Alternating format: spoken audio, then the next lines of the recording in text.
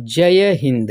स्वागत करते हैं एक बार फिर से आप सभी स्टूडेंट्स का जेपी व गोल्डन स्टडी के यूट्यूब चैनल में। आज हम आपको पढ़ाएंगे बायोलॉजी क्लास 10th चैप्टर 1 जैव परक्रम पोषण। इस अध्याय को इस तरह से पढ़ेंगे कि इससे आने वाले जितने भी संभावित प्रश्न हैं उन पर ज़्यादा से ज़्यादा फोकस करेंगे और एक ही वीडियो में आपको एक ही वीडियो में एक चैप्टर मिलेगा। तो बायोलॉजी क्लास 10th जीव विज्ञान वर्ग 10 जो भी स्टूडेंट्स नहीं पढ़े हैं और घर बैठे तैयारी करना चाहते हैं तो यह वीडियो उनके लिए महत्वपूर्ण है।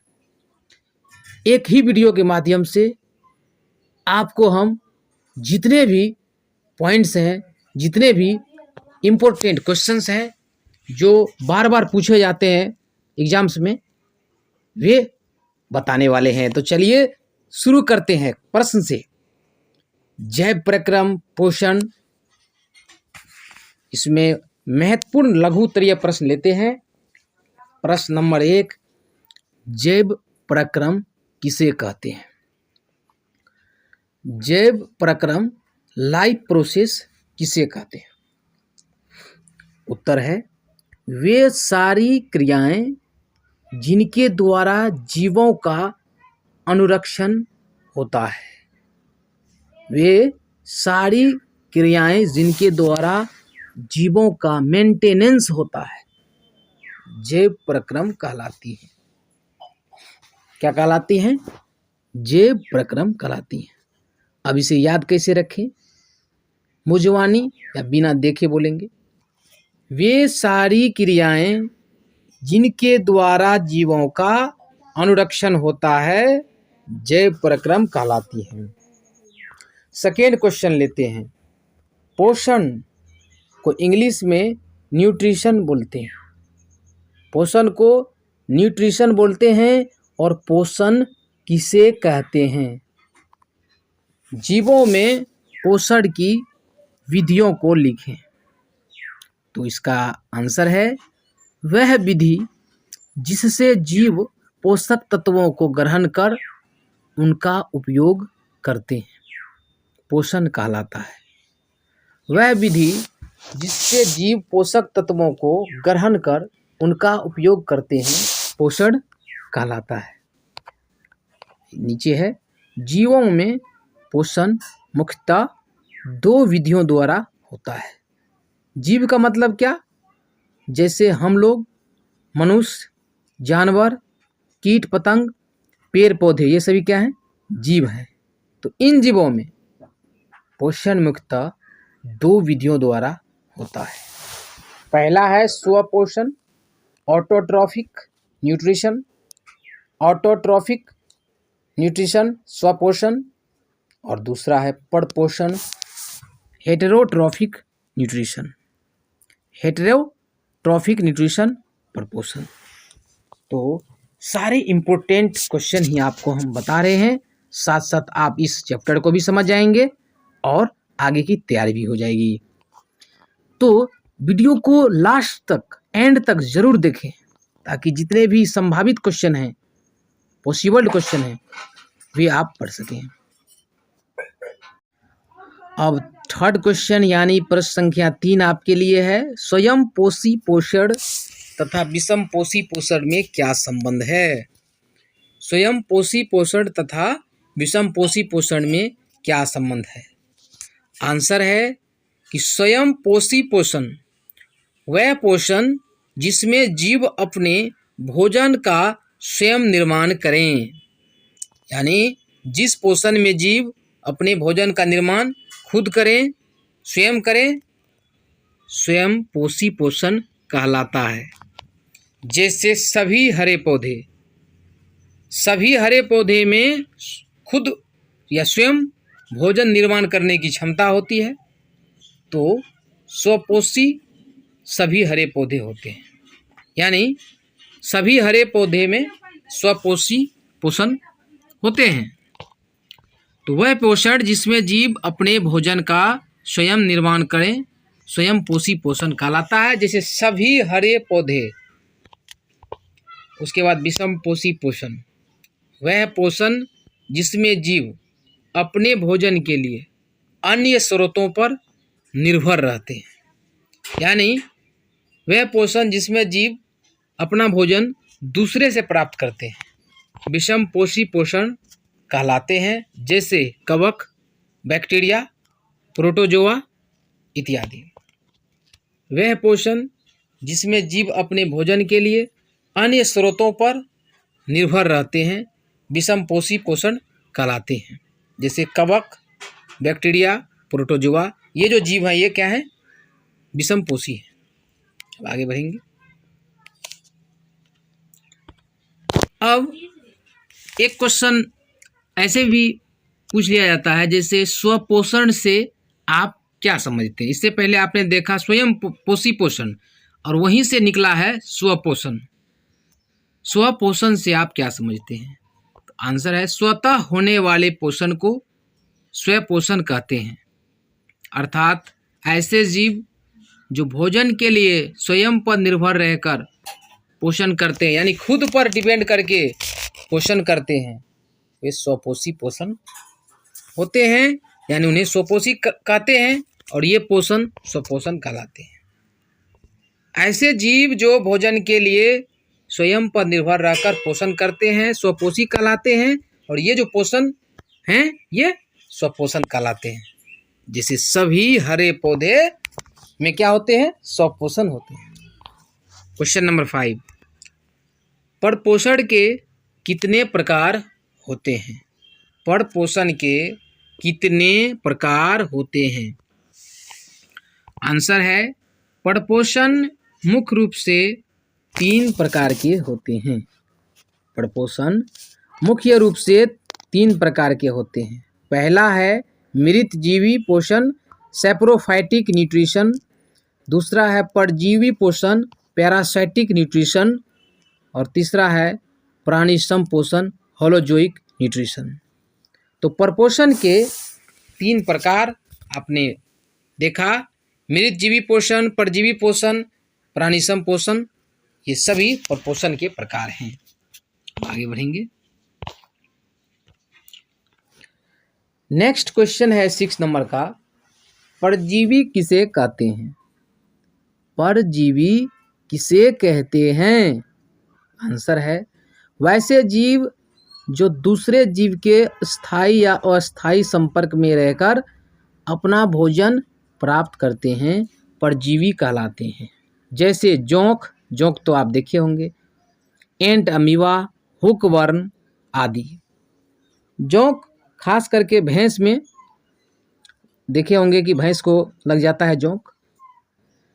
वैसे जीव जो दूसरे जीव के स्थायी या अस्थायी संपर्क में रहकर अपना भोजन प्राप्त करते हैं परजीवी कहलाते हैं। जैसे जोंक, एंट अमीबा, हुकवर्म, टेपवर्म आदि। क्वेश्चन नंबर 7, प्राणी संपोषण किसे कहते हैं? तो इस चैप्टर में हम सभी इम्पोर्टेंट क्वेश्चंस बता रहे हैं और चैप्टर भी समझा रहे हैं इन प्रश्नों के द्वारा। यदि आप सही नहीं समझे हैं इस चैप्टर को, यानी कि जैव प्रक्रम को, तो इन प्रश्नों के माध्यम से आप समझ जाएंगे और आपका डाउट हट जाएगा। पूर्ण रूप से जंतु जैसा जो जीव पोषण करता है प्राणी संपोषण कहलाता है। पूर्ण रूप से जंतु जैसा जो जीव पोषण करता है प्राणी संपोषण कहलाता है। अर्थात वैसा पोषण जिसमें प्राणी अपना भोजन ठोस या तरल के रूप में जंतुओं के भोजन ग्रहण करने की विधि द्वारा ग्रहण करते हैं, प्राणी संपोषण कहलाता है ना। जंतु के समान जो पोषण हो वही ना प्राणी सम है। वैसा पोषण जिसमें प्राणी यानी जीव अपना भोजन ठोस या तरल के रूप में जंतुओं के भोजन ग्रहण करने की विधि द्वारा ग्रहण करते हैं प्राणी संपोषण कहलाता है, जो अमीबा, मेढक, मनुष्य आदि में पाया जाता है। क्वेश्चन आएगा, प्राणी संपोषण किन किन जीवों में पाया जाता है? यह अमीबा, मेढक, मनुष्य आदि में पाया जाता है। आगे देखेंगे। और इम्पोर्टेंट क्वेश्चन आपके लिए, अमीबा में पोषण की प्रक्रिया को चित्र के साथ समझाइए। Very very important. अमीबा है क्या, पहले तो ये जाने, तो आंसर लगाएंगे। अमीबा AMOEBA एक सरल प्राणी संपोषी मृदुजलीय एक कोशिकीय तथा अनिश्चित आकार का प्राणी है। यानी इसका जो आकार है वो निश्चित नहीं होता है, अनिश्चित आकार होता है। यह सूक्ष्म जीवों को, छोटे छोटे जीवों को अपना भोजन बनाता है, यानी यह छोटे छोटे जीवों को खाता है तथा सूक्ष्म पौधों को भी, छोटे छोटे पौधों को भी अपना भोजन बनाता है।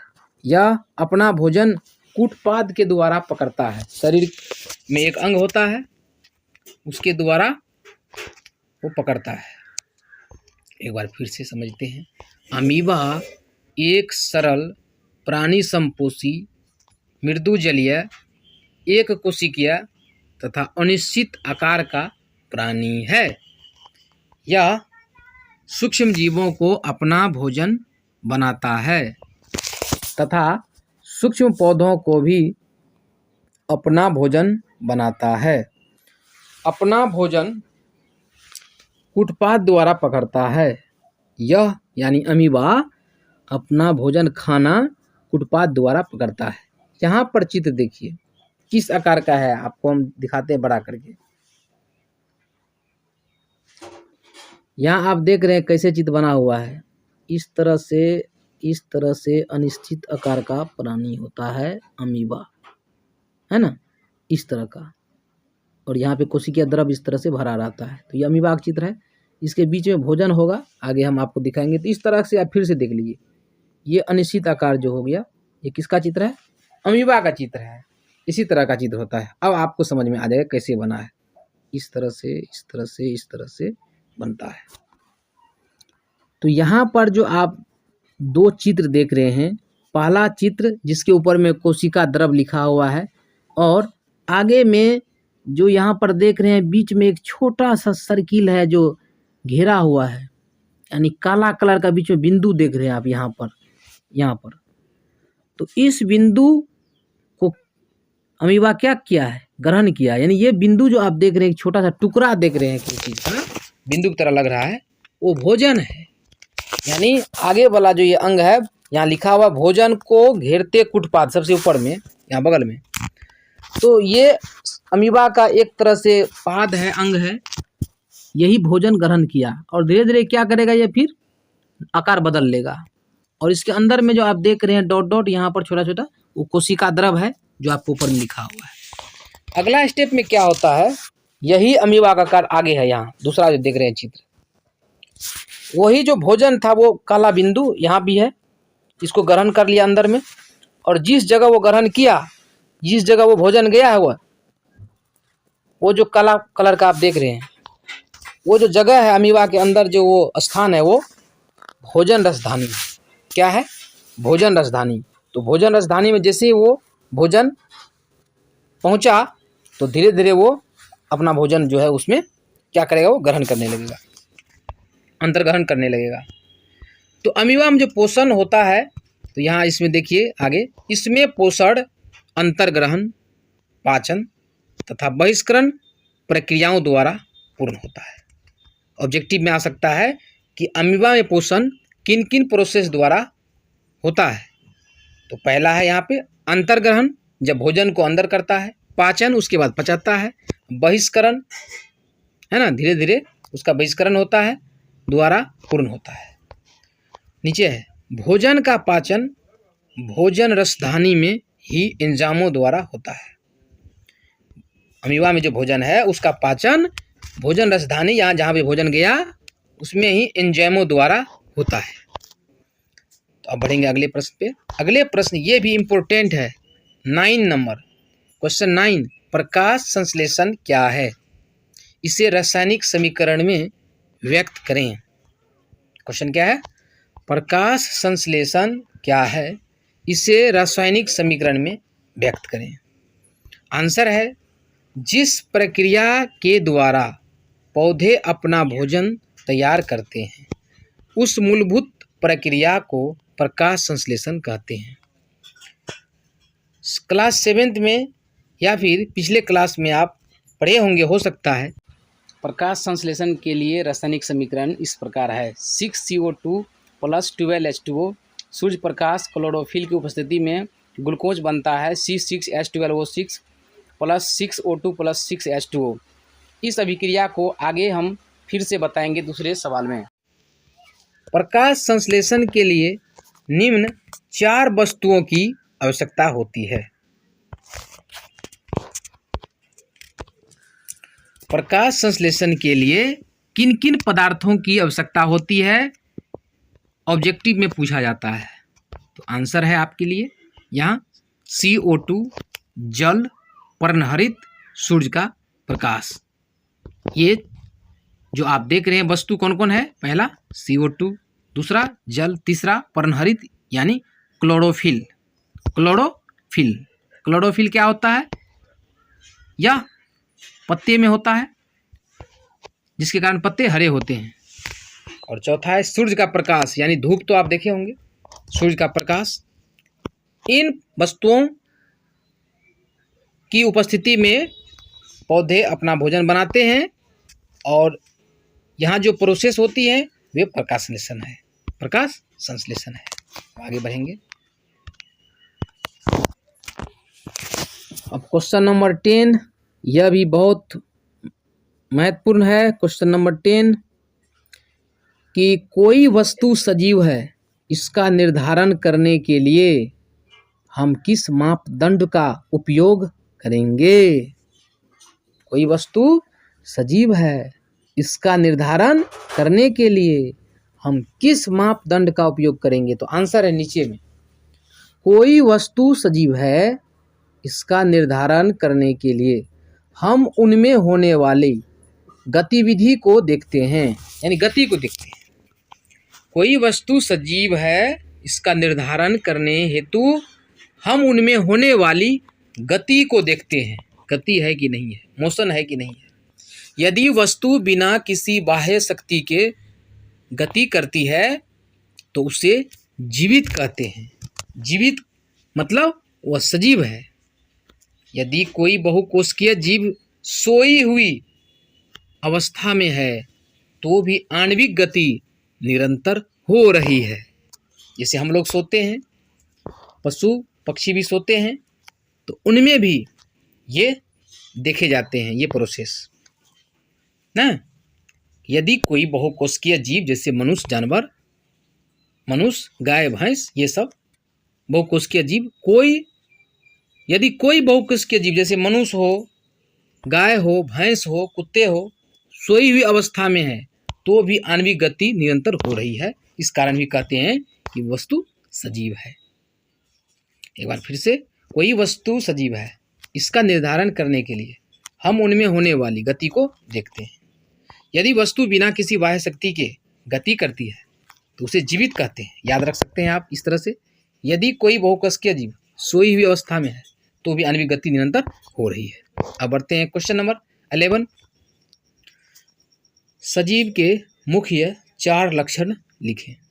सजीव के मुख्य 4 लक्षण लिखें। पिछला क्वेश्चन से मिलता जुलता आंसर, सजीव में वृद्धि होती है, सजीव श्वसन करते हैं, सजीव पोषण करते हैं, सजीव उत्सर्जन करते हैं एवं सजीव जनन करते हैं। समझ में आया? जो सजीव होते हैं उसमें वृद्धि होती है, वे सांस लेते हैं, वे पोषण करते हैं भोजन करके, सजीव उत्सर्जन करते हैं, जो भी पदार्थ खाते पीते हैं उनका त्याग करते हैं एवं अपने जैसे संतान की उत्पत्ति करते हैं, अपने जैसे जीवों को उत्पन्न करते हैं, वही है जनन। ये सभी लक्षण किसके हैं? सजीव के। Question number 12। Question number 12 very very important पूछा गया क्वेश्चन बिहार बोर्ड में। प्रकाश संश्लेषण के लिए पौधों को सूर्य की रोशनी या सूर्य प्रकाश की आवश्यकता होती है, प्रयोग द्वारा समझाइए। बताइए, अब धूप की आवश्यकता होती है तो प्रयोग करना होगा। आंसर है प्रयोग विधि। एक गमले में पौधे को 36 घंटे अंधेरे में रखते हैं। गमले के पौधे की एक पत्ती के दोनों ओर काला कागज क्लिप से लगा देते हैं। आगे हम चित्र बताएंगे। इसके पश्चात पौधे को 3-4 घंटे के लिए सूर्य के तीव्र प्रकाश में रख देते हैं। अब देखिए आगे क्या होता है। उक्त पत्ती को तोड़कर पानी में उबालकर एल्कोहल से धोकर, यानी एल्कोहल जैसे शराब है उससे धोकर उस पर आयोडीन यानी पोटेशियम आयोडाइड, एक तरह से आयोडीन है, पोटेशियम आयोडाइड का घोल डालते हैं, यानी ये सॉल्यूशन उस पर डालते हैं। निरीक्षण यानी टेस्ट के बाद क्या पता चला? निरीक्षण से पता चला कि पत्ती का जो भाग काले कागज से ढका था वो पीला है। काले वाला क्या है? पीला हो चुका है। शेष भाग मंड के कारण, स्टार्च के कारण नीला हो जाता है। यानी अगर पत्ती में स्टार्च है तो शेष भाग क्या हो गया? नीला हो जाता है, नीला हो गया। निष्कर्ष क्या निकलता है? इससे सिद्ध होता है कि प्रकाश संश्लेषण के लिए सूर्य के प्रकाश की आवश्यकता होती है। प्रकाश संश्लेषण के लिए सूर्य प्रकाश की आवश्यकता होती है। अगर एक बार में समझ में नहीं आया तो इसके आंसर को 1-2 बार ध्यान से सुन लें और प्रयोग करेंगे तो समझ में आ जाएगा। यहाँ देखिए प्रयोग है। इसके लिए नीचे में आप देख रहे हैं एक गमला है और गमला में एक छोटा सा पौधा लगा हुआ है जिसमें 2 पत्तियां हैं। पत्ती का आधा भाग बोतल के अंदर है और चौड़े मुंह वाली बोतल है। और बोतल जहाँ पर रखा हुआ है एक टेबल पर और गमला नीचे है। गमला की एक पत्ता का आधा भाग बोतल के अंदर है और उस बोतल में पोटेशियम आयोडाइड है। क्या है? पोटेशियम आयोडाइड एक प्रकार का घोल है उसमें। तो क्या होता है एक बार फिर से आपको अगर सुनाएंगे तो आंसर बिल्कुल आपको समझ में आ जाएगा। जो प्रोसेस यहाँ पर किया गया है, यहाँ पर क्या क्या हुआ है वो आप फिर से एक बार सुन लें। ध्यान से सुन लेंगे तो पूरा समझ में आपको आ जाएगा। अब अपने शब्दों में समझिए। प्रयोग आप देख रहे हैं, एक गमला है, उसमें जो पौधा है उसको 36 घंटे इसी पौधे को 36 घंटे अंधेरे में रखना है। गमले के पौधे की एक पत्ती जो इधर आप देख रहे हैं जिसका आधा भाग बोतल में है ना, एक पत्ती के दोनों ओर, इसी पत्ती के दोनों ओर काला कागज क्लिप से लगा देते हैं। इसमें लगा दिए हैं काला क्लिप, पत्ती के दोनों ओर काला क्लिप लगा दिए। इसके पश्चात पौधे को, यानी ये जो पौधा है इसको 3-4 घंटे के लिए धूप में या सनलाइट में रख देते हैं, तेज धूप में रख देते हैं। फिर क्या हुआ, इसी पत्ती की बात कर रहे हैं। उक्त पत्ती को तोड़ लेते हैं। अब इस पत्ती को तोड़ लिए और नीचे करेंगे। यहाँ देखिए वही बोतल वाली पत्ती है, तोड़ के यहाँ लाए हैं। नीचे आप देख रहे हैं यहाँ पर बगल में स्टार्च लिखा हुआ है और आगे अगला भाग स्टार्च रहित है। जो यहाँ पर क्या है, ये शेडेड एरिया है, यहाँ पर ज़्यादा ये स्टार्च है और इसके आगे वाला स्टार्च रहित है। स्टार्च क्या होता है, तो स्टार्च जैसे कि चावल बनाते हैं तो उसमें से मांड निकलता है, आप देखे हैं। उसी मांड को या तो हम मंड बोलते हैं या स्टार्च बोलते हैं, वही पत्ते में होते हैं। तो स्टार्च परीक्षण हो जाएगा। और स्टार्च की जो मात्रा है इसका प्रमुख स्रोत अनाज, गेहूं, चावल, मक्का इत्यादि और जड़ वाली सब्जियां जैसे आलू है, जड़ वाली सब्जियां, इनसे जो है स्टार्च निकलता है। क्लियर हो गया स्टार्च क्या है। तो जिधर स्टार्च है पत्ता में उधर देखिए शेडेड एरिया है, ज़्यादातर बोल्ड किया हुआ है, और जिधर स्टार्च नहीं है, स्टार्च रहित है, उधर आप देखिए पत्ता वैसे ही है।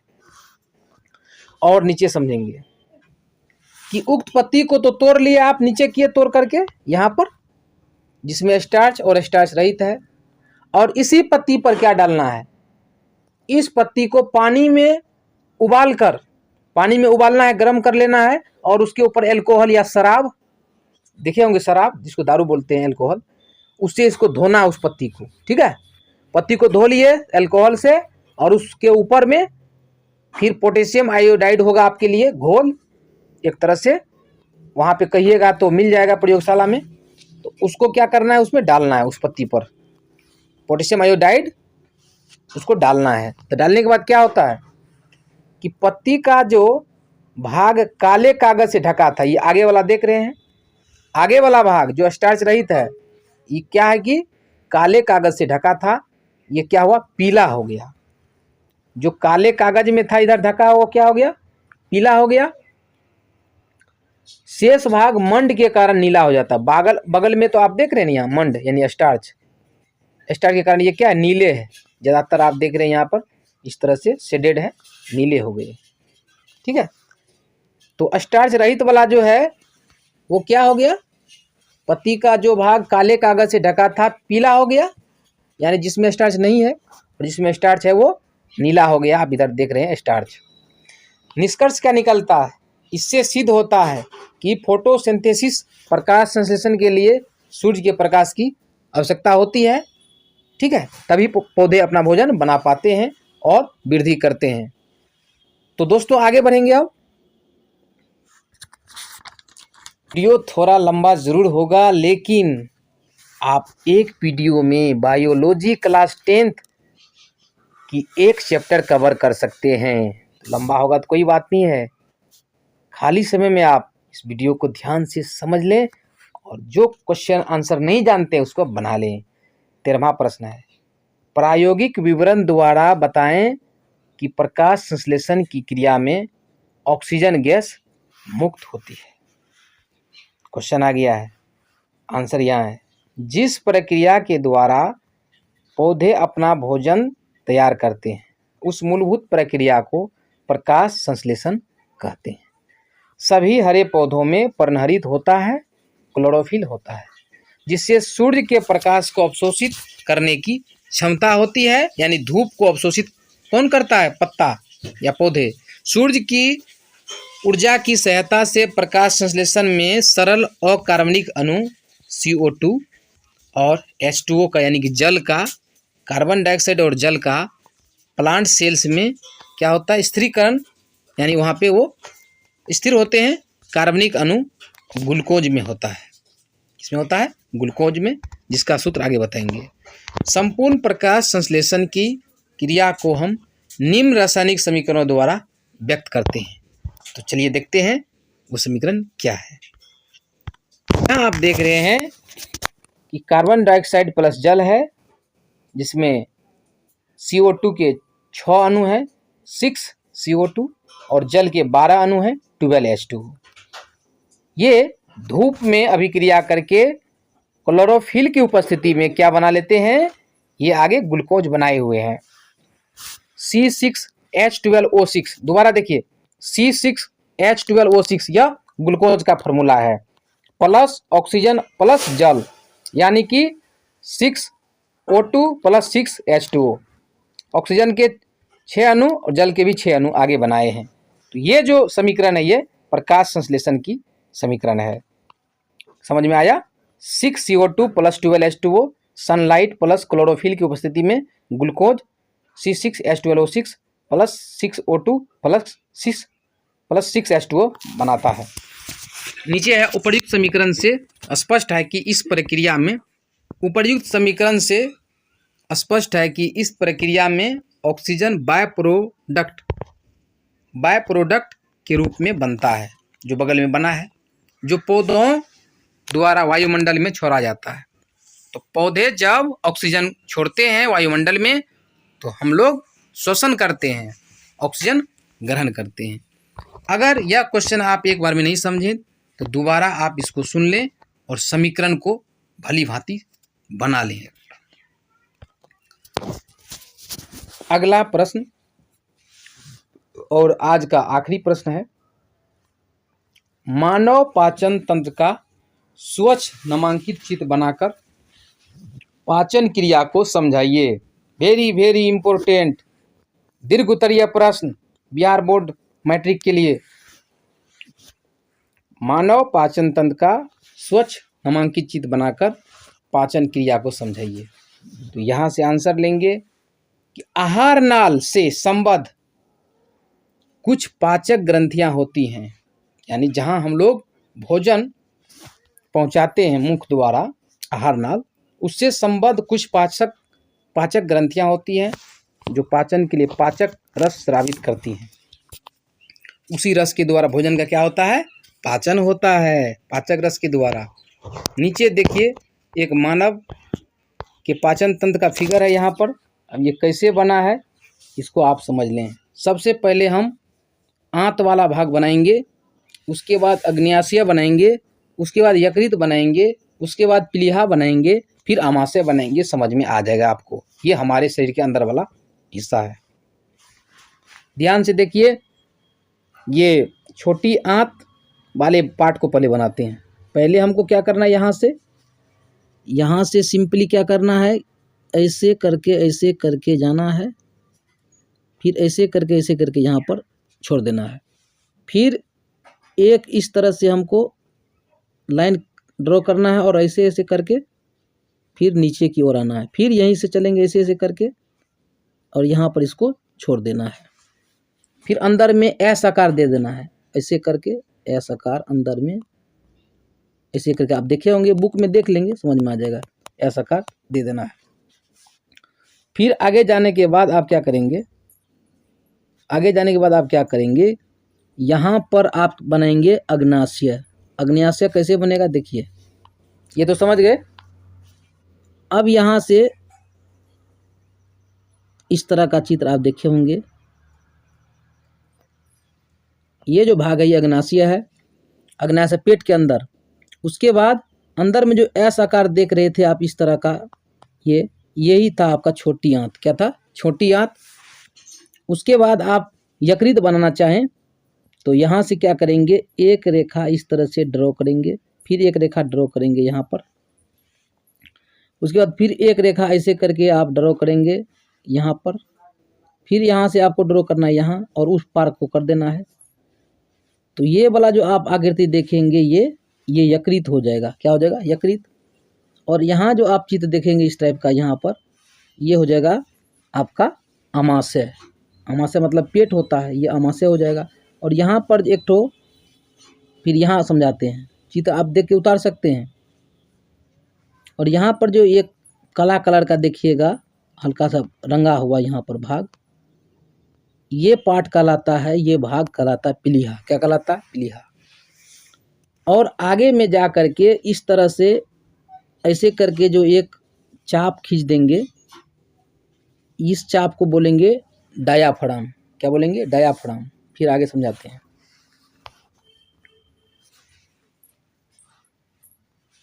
डायाफ्राम जब आप समझ गए हैं तो इस तरह से यहाँ पर एक नली खींचेंगे ऐसे करके।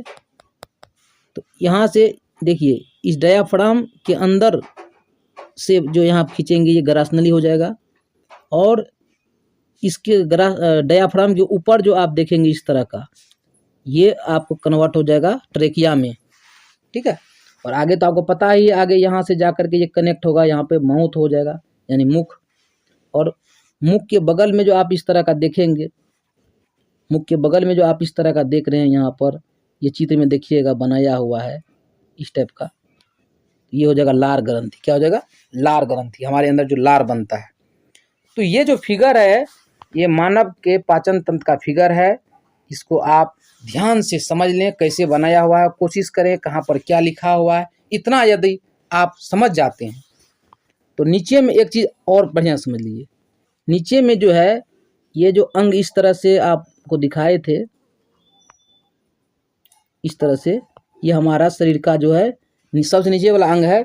इसके ये रेक्टम कहलाता है। क्या कहलाता है? रेक्टम। आपको पता होगा रेक्टम क्या है। यदि आप सजीव जगत में देखेंगे तो रेक्टम तो आपको तुरंत समझ में आ जाएगा उसका क्या काम है। ठीक है, शरीर के जैसे श्वास नली का काम है, श्वास लेते हैं, छोटी आंत का काम उसमें भोजन का पाचन होता है, उसी प्रकार रेक्टम का काम है भोजन का, जैसे अपशिष्ट पदार्थों के रूप में जो उसका निष्कासन होता है नीचे, तो ये रेक्टम हुआ। तो दोस्तों उम्मीद करते हैं यह वीडियो भले ही थोड़ा सा लंबा है, लेकिन इनमें जितने इंपॉर्टेंट क्वेश्चन हैं सभी आपके लिए बहुत ही ईजी है और इम्पोर्टेंट है, क्योंकि हमने अपने हिसाब से समझाने का प्रयास किया है। फिर मिलेंगे नेक्स्ट वीडियो में।